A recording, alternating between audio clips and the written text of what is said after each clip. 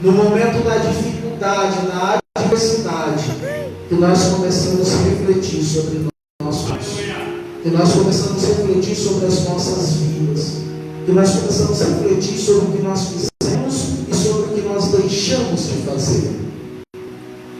E quando o Senhor ele vai relatar aqui no livro de Lucas, ele descreve a crucificação. Ele vai relatar que tinha ali 2 malfeitores, que pela lei eles estavam pagando pelos seus atos. Eles eram considerados malditos pelos atos atrociosos que fizeram. E a Bíblia também vai dizer que Jesus se fez maldito por nós. Naquele momento, até Jesus refletiu na cruz, na angústia. E aqueles 2 homens que estavam ali, enquanto um que conhecia Jesus, o outro também conhecia Jesus, porque a Bíblia vai dizer que um dos malfeitores blasfemava contra ele, dizendo: não és tu o Cristo? Então ele já ouviu falar de Jesus. Ele sabia que Jesus era o Cristo, considerado por todos. O outro também conhecia a Jesus, conhecia quem era Jesus, ouviu falar de Jesus, porque a fama de Jesus já tinha espalhado por todos os lugares. E naquele momento, aquele malfeitor, na angústia, na aflição, ele começa a zombar, a blasfemar contra Jesus. Ele vai dizer: não és tu o Cristo? Salva-te a ti mesmo e a nós. Porque ele simplesmente conhecia o Cristo que as pessoas estavam falando. Ele conhecia Jesus que foi apresentado a ele por outros. Ele sabia da fama de Jesus. O outro também, sabendo da fama de Jesus, começa a refletir, ele começa na angústia, pensar na sua vida, pensar nos teus atos. No momento de aflição, meu irmão, é o melhor momento para nós refletirmos. Aleluia.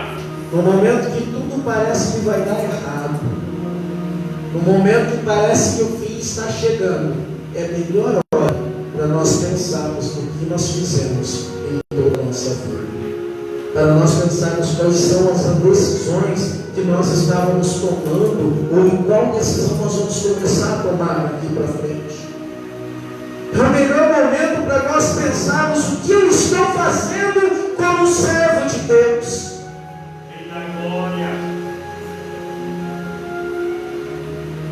E aquele moço, pensando na vida dele, ele olha para o outro malfeitor que estava zombando de Jesus, e ele vai defender Jesus naquele momento.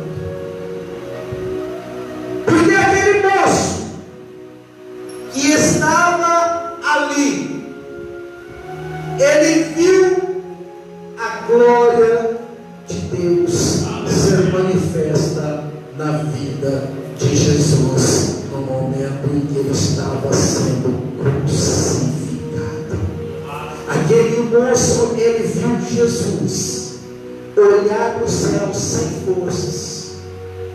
Ele viu Jesus esticar o seu corpo para conseguir ar, para poder falar, e olhar para toda aquela multidão e dizer: Pai, perdoa eles, porque eles não sabem o que fazem. Aquele homem, ele viu Jesus olhar para o céu e dizer: Deus meu, porque me desamparaste. Ele viu Jesus na cruz se levantar mais uma vez dos propósitos aonde já não tinha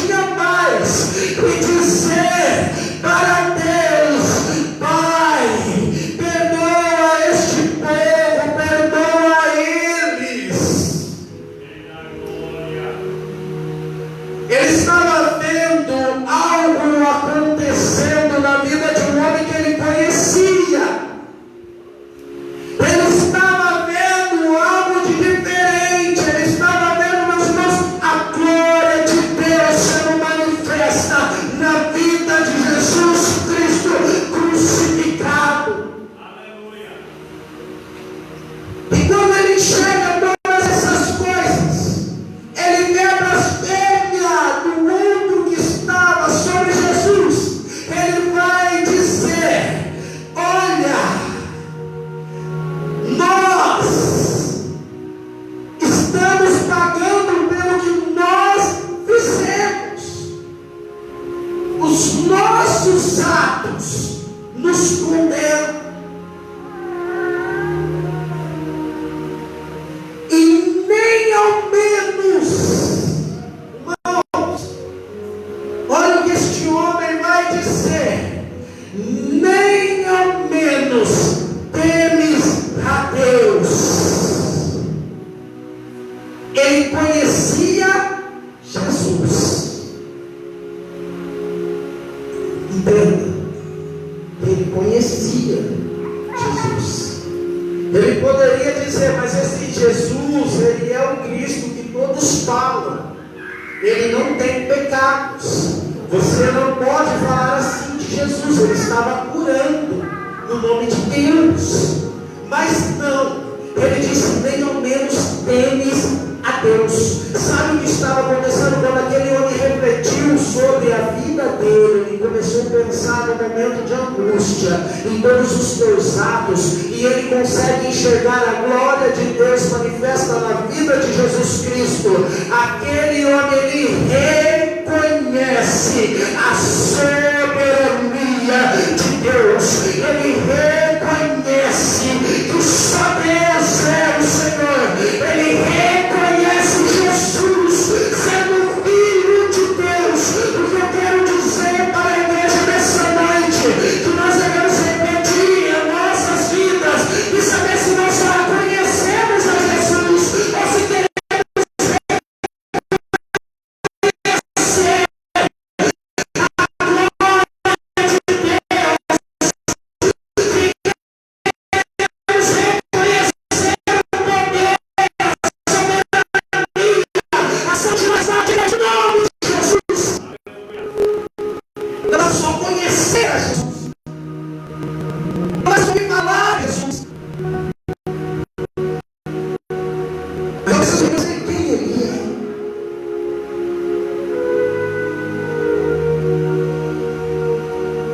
reconhecer verdadeiramente que Ele é soberano, que Ele está acima de todos.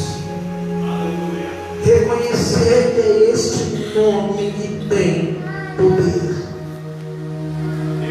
Reconhecer que é este nome que tudo pode.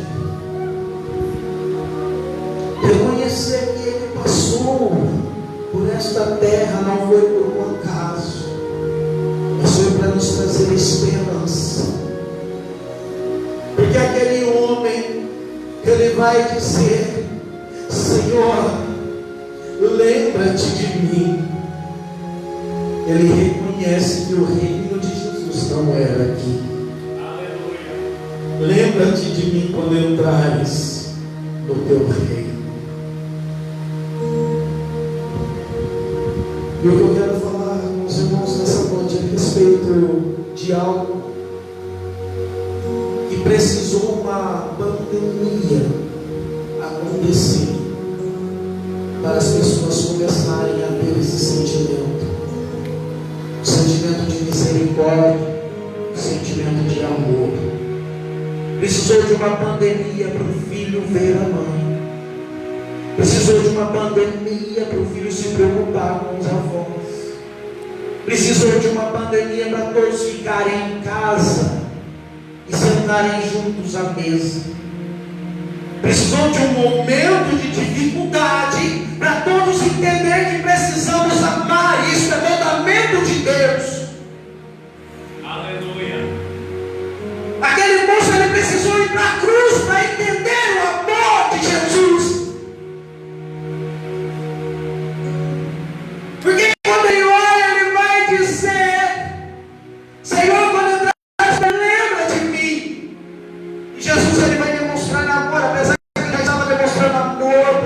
humanidade quando ele estava dizendo: Pai, perdoa eles. Irmãos, aproveita esses tempos, é tempo de perdoar e ser perdoado. É tempo de amar e ser amado. E que isso não se perca novamente nos teus corações.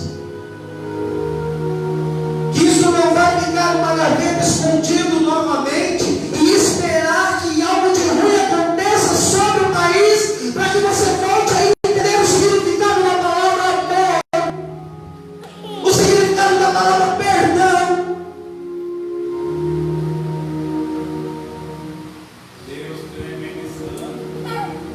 Não precisamos que algo de ruim nos aconteça para que nós possamos fazer o bem. Não foi para isso que Deus nos chamou. E quando aquele homem ele diz: Senhor, lembra de mim, Jesus, ele vai demonstrar amor pela vida daquele homem. Ele vai dizer: olha, ainda hoje, irmãos, a queda de Adão, o primeiro paraíso foi fechado.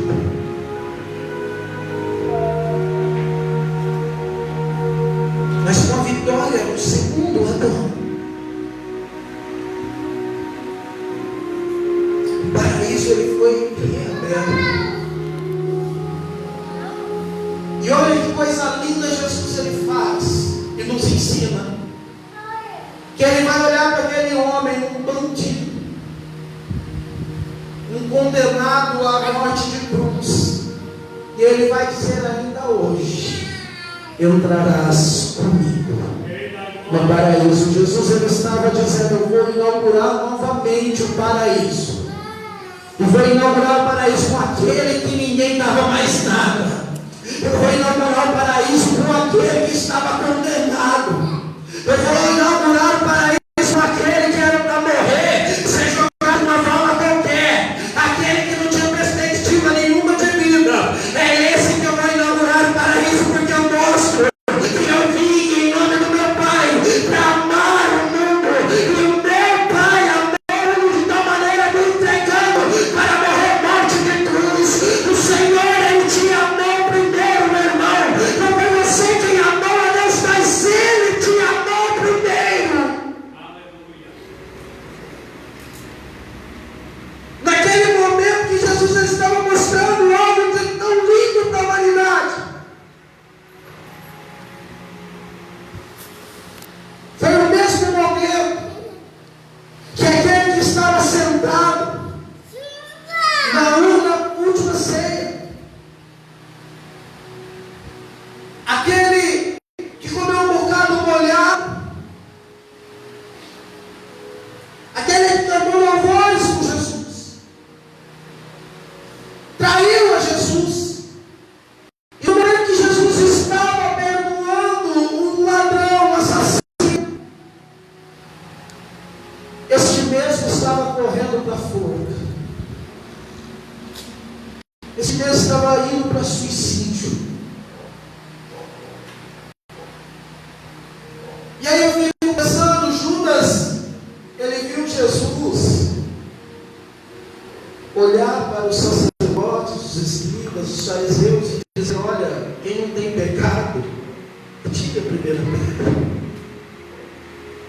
Judas viu Jesus perdoando aquela mulher. Judas presenciou Jesus olhando para a mulher naquele poço e dizendo para ela: olha, tivesse 5 maridos, nenhum era seu, e o que tem também não é seu. E mostrando amor por aquela mulher. Judas viu quando Maria derrama o óleo sobre a cabeça de Jesus, e o mesmo Judas também se indigna ao ver o que Jesus estava fazendo, mostrando amor por aquela vida. Este mesmo Judas, ele viu quando Pedro corta a orelha de um soldado, e Jesus, com todo o amor, cura aquela ferida.